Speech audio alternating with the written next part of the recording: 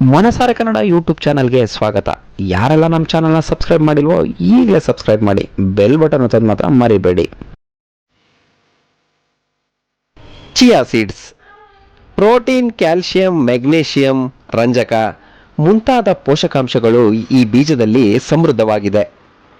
ರಾತ್ರಿ ಮಲಗೋ ಮುನ್ನ ಈ ಬೀಜವನ್ನು ನೀರಿನಲ್ಲಿ ನೆನೆಸಿಟ್ಟು ಬೆಳಿಗ್ಗೆ ಎದ್ದು ಖಾಲಿ ಹೊಟ್ಟೆಯಲ್ಲಿ ಸೇವಿಸೋದ್ರಿಂದ ತುಂಬ ಪ್ರಯೋಜನವನ್ನು ಪಡ್ಕೋಬೋದು.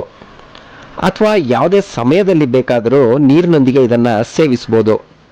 ಈ ಮೂಲಕ ಆರೋಗ್ಯಕರ ಪ್ರಯೋಜನವನ್ನು ಪಡೆದುಕೊಳ್ಬೋದು. ಅಧಿಕ ನಾರಿನ ಅಂಶವನ್ನು ಹೊಂದಿರುವ ಈ ಬೀಜವನ್ನು ನೀರಿನಲ್ಲಿ 1 ತಾಸು ನೆನೆಸಿಟ್ಟು ನಂತರ ಕುಡಿಯೋದರಿಂದ ಜೀರ್ಣಕ್ರಿಯೆ ಉತ್ತಮವಾಗುತ್ತದೆ. ನಾರಿನ ಅಂಶವನ್ನು ಹೊಂದಿರೋದ್ರಿಂದ ತೂಕ ಇಳಿಕೆಗೂ ಕೂಡ ಸಹಾಯ ಮಾಡುತ್ತೆ. ಇದರಲ್ಲಿ ಆಂಟಿ ಆಕ್ಸಿಡೆಂಟ್ ಗುಣ ಇರೋದ್ರಿಂದ ದೇಹಕ್ಕೆ ಕ್ಯಾನ್ಸರ್ ತರಿಸಲು ಕಾರಣವಾದಂತಹ ಪ್ರೀ ರ್ಯಾಡಿಕಲ್ ಕಣಗಳಿಂದ ಕೂಡ ರಕ್ಷಿಸುತ್ತದೆ.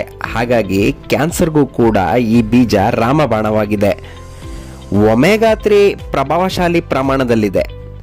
ಹಾಗಾಗಿ ಹೃದಯ ಸಂಬಂಧಿ ಎದುರಾಗುವ ಅಪಾಯವನ್ನು ಕಡಿಮೆ ಮಾಡುತ್ತದೆ. ಕ್ಯಾಲ್ಸಿಯಂ ಮತ್ತು ಮೆಗ್ನೀಷಿಯಂ ಇರೋದ್ರಿಂದ ಮೂಳೆಗಳ ಆರೋಗ್ಯವೂ ಕೂಡ ವೃದ್ಧಿಸುತ್ತದೆ.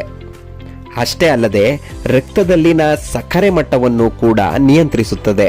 1 ಸ್ಪೂನ್ ಚಿಯಾ ಬೀಜವನ್ನ 1 ಲೋಟಕ್ಕೆ ಹಾಕಿ ನೀರನ್ನ ಮಿಶ್ರಣ ಮಾಡಬೇಕು. ನಂತರ ಅದನ್ನು ನೆನೆಯಲು ಸ್ವಲ್ಪ ಹೊತ್ತು 1 ಅಥವಾ 2 ತಾಸು ಬಿಡಬೇಕು. ನಂತರ ಅದನ್ನು ಸೇವಿಸಿದರೆ ಆರೋಗ್ಯಕ್ಕೆ ತುಂಬಾ ಒಳ್ಳೆಯದು.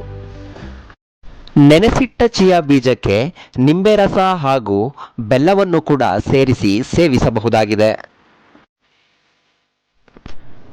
ಈ ಬಹುಪಯೋಗಿ ಚಿಯಾ ಬೀಜದ ಉಪಯೋಗವನ್ನು ನೀವು ಮನೆಯಲ್ಲೇ ತಯಾರಿಸಿ ಪಡೆದುಕೊಳ್ಳಬಹುದು. ಮತ್ತ್ಯಾಕೆ ತಡ, ನೀವೇ ಮನೆಯಲ್ಲೇ ಕುಳಿತು ತಯಾರಿಸಿಕೊಂಡು ಚಿಯಾ ಬೀಜದ ಪ್ರಯೋಜನವನ್ನು ಪಡೆದುಕೊಳ್ಳಿ.